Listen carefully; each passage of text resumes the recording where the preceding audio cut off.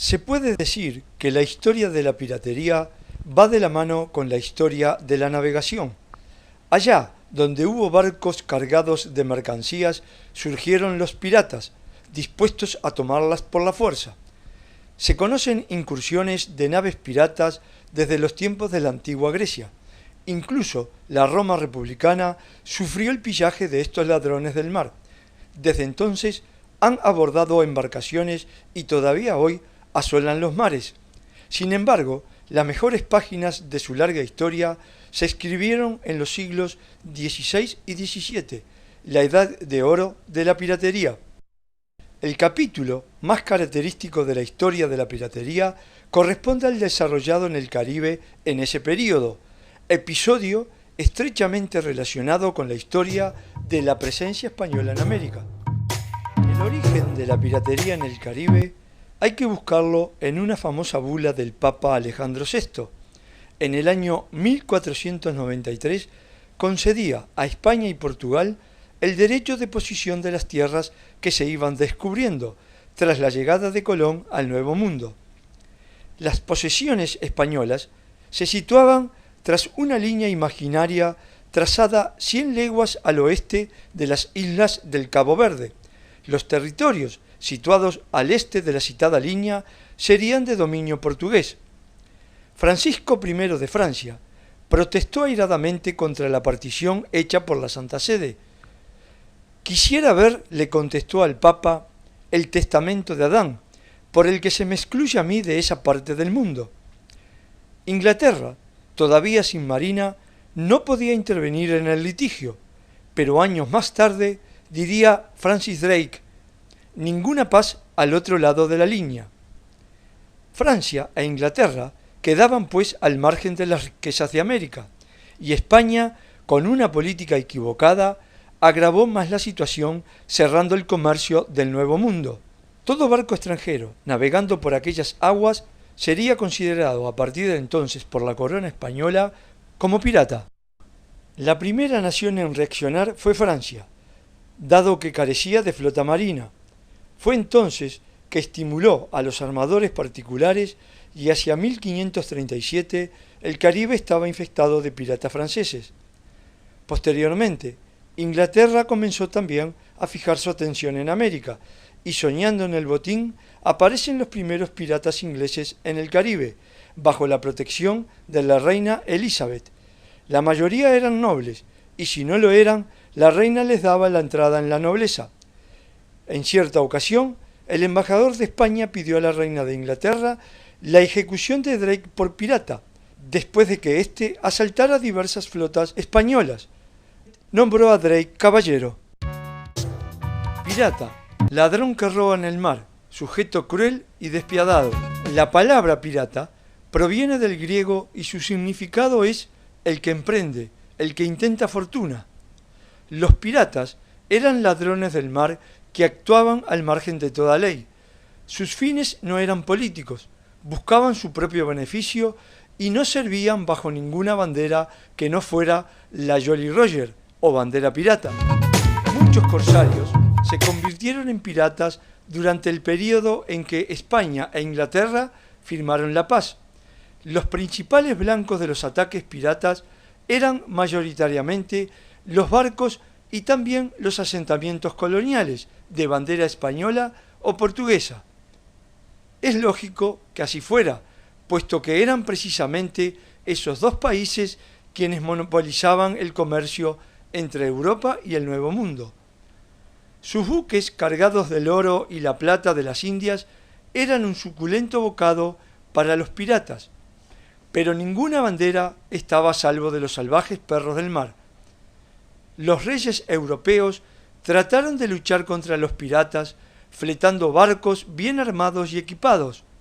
Irónicamente, cada vez que se daba a un capitán el mando de un buque bien pertrechado, se le estaba invitando a establecerse por su cuenta y, por qué no, convertirse en aquello contra lo que se pretendía que luchase: pirata. Pero también existieron otros ladrones de mar. Un barco corsario era aquel que navegaba a las órdenes de un rey, y realizaba actos de guerra contra los intereses de un país enemigo. Normalmente se trataba de debilitar su poder comercial y colonial. Los corsarios tenían en su poder documentos que autorizaban al barco a llevar a cabo tales actos. Dichos documentos recibían el nombre de patente de corso. Los límites que planteaban estos documentos eran muy ambiguos y normalmente eran los capitanes corsarios y sus tripulaciones quienes decidían qué era lo que podían hacer y qué era lo que no. Las patentes de corso eran entregadas por un rey, aunque lo más habitual en la práctica era que éste delegara en un gobernador. En tiempos de guerra, incluso podía llegarse al extremo de organizar expediciones corsarias contra los intereses de una potencia hostil. Cuando esto sucedía, los capitanes y tripulantes de las embarcaciones corsarias estaban obligados a entregar todo el botín a excepción de una pequeña parte, que podía ser un quinto del botín o incluso más. Cuando los barcos corsarios no formaban parte de ninguna misión de la corona, solían atacar cualquier buque cuya bandera no fuera la suya, comportándose como piratas, pero aún conservando los derechos de navegar en corso. El botín que conseguían de esta manera era para ellos, aunque estaban obligados a entregar una parte al gobernador colonial que procediese. Los barcos corsarios podían considerar como puertos seguros al país bajo cuya bandera hacían el corso, gozando además de su protección. Los corsarios no podían ser colgados por practicar la piratería, porque gozaban de un permiso, la patente de corso, expedido por la corona. Evidentemente, un corsario apresado por el enemigo no podía confiar mucho en este punto, pues era costumbre colgar a los corsarios enemigos. Pero también estaban los bucaneros. Con este término se empezó a conocer a ciertos colonos franceses que se habían establecido en la parte occidental de la Española, actual Haití. Recibían el nombre de bucaneros derivado de la palabra india bucán, con que designaban los indios el lugar donde ahumaban la carne, quemando madera verde bajo unos palos en forma de parrilla, que recibían el nombre de barbacoa. En aquella parte desocupada de la isla, la parte oriental la ocupaban los españoles, se habían reproducido extraordinariamente toros y vacas, y los bucaneros se dedicaban a cazarlos para vender luego sus pieles y la carne ahumada a los barcos, que sabían apreciar el sabor y la durabilidad de las carnes bucaneras.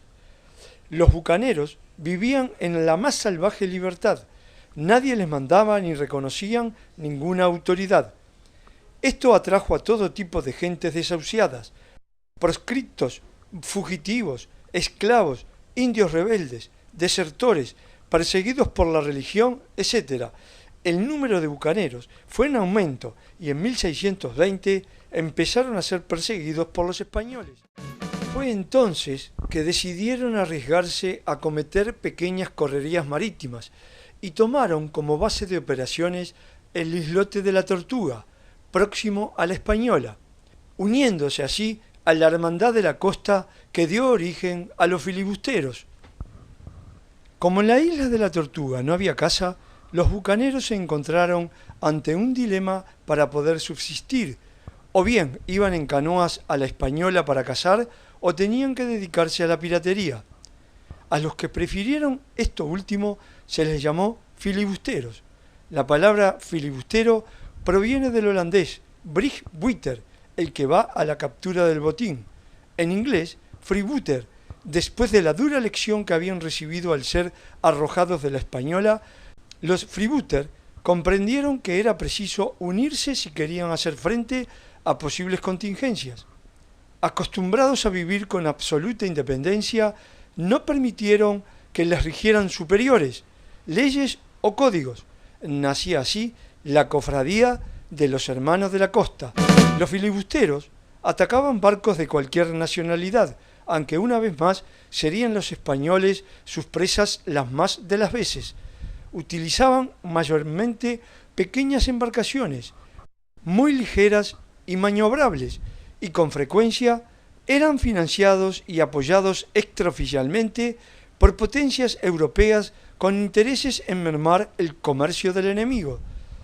Se concentraron mayormente en torpedear el comercio entre las colonias y se cuentan auténticas hazañas de barcos filibusteros con escaso armamento y poca tripulación que apresaron galeones cargados de oro y con un poder artillero sobrecogedor. La isla de la Tortuga es una isla situada al noroeste del actual Haití, llamada en tiempos de los piratas, junto al actual Santo Domingo, La Española. Es una pequeña isla de 220 kilómetros cuadrados y fue la más importante y célebre base de los bucaneros franceses, sede de la Cofradía de los Hermanos de la Costa. Tan famosos son los castigos de los piratas como crueles. Uno de los peores era pasar a alguien por la quilla. Sobre la cubierta de la nave se ataba un cabo al prisionero por una de sus puntas. La otra punta del cabo era introducida en el agua y llevada al lado contrario por debajo del barco. Una vez esta punta estaba encubierta, el prisionero era atado de nuevo con ella. Para evitar que el condenado tragara agua, se introducía una porción de grasa por su boca. Cuando se ordenaba la ejecución, el reo era elevado por los pies y dejado caer al mar por un lado, mientras un grupo de hombres tiraba del cabo por el lado contrario, arrastrando así al prisionero por debajo del casco del buque, hasta que volvía a ser izado por la banda contraria. La operación se repetía 3 veces. Además de la enorme angustia que suponía la asfixiante carrera, el castigo se agravaba con el hecho de ser arrastrado sobre el casco del barco, completamente cubierto de moluscos y cabezas de clavo que cortaban el cuerpo del desgraciado. Otro duro castigo era el marón. Consistía en abandonar a alguien en un islote o isla desierta apartada de las rutas de navegación. Se le desembarcaba junto con un poco de agua, una arma de fuego, unas pocas balas y un poco de pólvora. Abandonado, generalmente moría así o de hambre o de herida de bala, o ahogado al subir la marea si se encontraba en un pequeño islote. En realidad no se conoce quién dio nombre a la Cofradía de los Hermanos de la Costa, ni tampoco quién la fundó. Lo único que se sabe es que empezó a existir después de que fueran expulsados los bucaneros de la Española, en 1620. Como toda sociedad, tenía sus leyes, pero no eran leyes escritas. Era más bien un acuerdo general al que todos se sometían precisamente para proteger su libertad individual. Estaban ligados únicamente por la conciencia de su hermandad. No había ni jueces ni tribunales, únicamente una asamblea formada por los más viejos filibusteros. Las principales normas eran 4. Primero, se prohibía todo prejuicio de patria o de religión. Segundo, quedaba prohibida la propiedad individual. Esto se refería a la propiedad de tierra en la isla. Tercero, la cofradía no podía inmiscuirse en la libertad personal de cada uno. Las cuestiones individuales se resolvían personalmente. No se obligaba a nadie a partir en una expedición pirata. Se podía abandonar la hermandad en cualquier momento. Cuarto, no se admitían mujeres blancas libres en la isla. La prohibición se refería exclusivamente a estas y se adoptó para evitar riñas, discusiones y odios. Solo podían vivir en la isla las mujeres negras y las esclavas. Todos los hermanos eran iguales entre sí e incluso disponían de una tabla de indemnizaciones para compensar a quienes resultaban lisiados. Era tal la fraternidad existente entre los hermanos de la costa que, antes de entrar en combate, cada bucanero se conjuraba con un compañero y en el caso de que uno resultase muerto en la lucha, el otro se convertía en su heredero. Era muy común entre los bucaneros usar un arito de oro en la oreja izquierda. Era el capital que disponía su heredero para realizarle un entierro según lo conjurado antes de su muerte. De esta forma, evitaba ser tirado al agua y ser devorado por los tiburones. Los piratas no enterraban sus tesoros, arriesgaban el pellejo para conseguir el botín y se cuidaban mucho de no dejarlo enterrado en algún lugar donde cualquiera lo podría encontrar. Normalmente dilapidaban sus ganancias en el menor tiempo posible o hasta que pudieran emprender una nueva expedición. Antes de zarpar, quedaba fijado cuál sería la parte proporcional del botín que correspondería a cada uno, siempre en función de su rango en la expedición. Quedaba claramente establecido que una vez conseguido, el botín sería puesto en común para proceder al reparto. Se estipulaban duros castigos para aquellos que osaban quedarse con alguna parte para sí y eran descubiertos. También se preveían premios para el primero en avistar una presa o el primero en pisar el barco abordado. Normalmente, el premio era la posibilidad de elegir una pieza del botín. Las pistolas eran la pieza más codiciada por su valor en combate. Barbanegra portaba 8 de ellas ganadas en combate, bien colocadas en sendas cartucheras y cruzadas sobre su pecho. Muchos piratas han sido famosos por sus fechorías. Henry Morgan, Barbanegra. En un trabajo honrado, lo corriente es trabajar mucho y ganar poco. La vida de pirata, en cambio, es plenitud y saciedad, placer y fortuna, libertad y además poder. Firmado el pirata Bartolomé Roberts. Pero también mujeres piratas han pasado a la historia. Anne Bonny, Mary Read son apenas algunos de los nombres con más batallas en el mar. Pero sin ninguna duda, el más famoso de los piratas fue el temido Edward Teach, Barbanegra. Su verdadero nombre era Edward Drummond y usaba el nombre de Edward Teach antes de dedicarse a la piratería.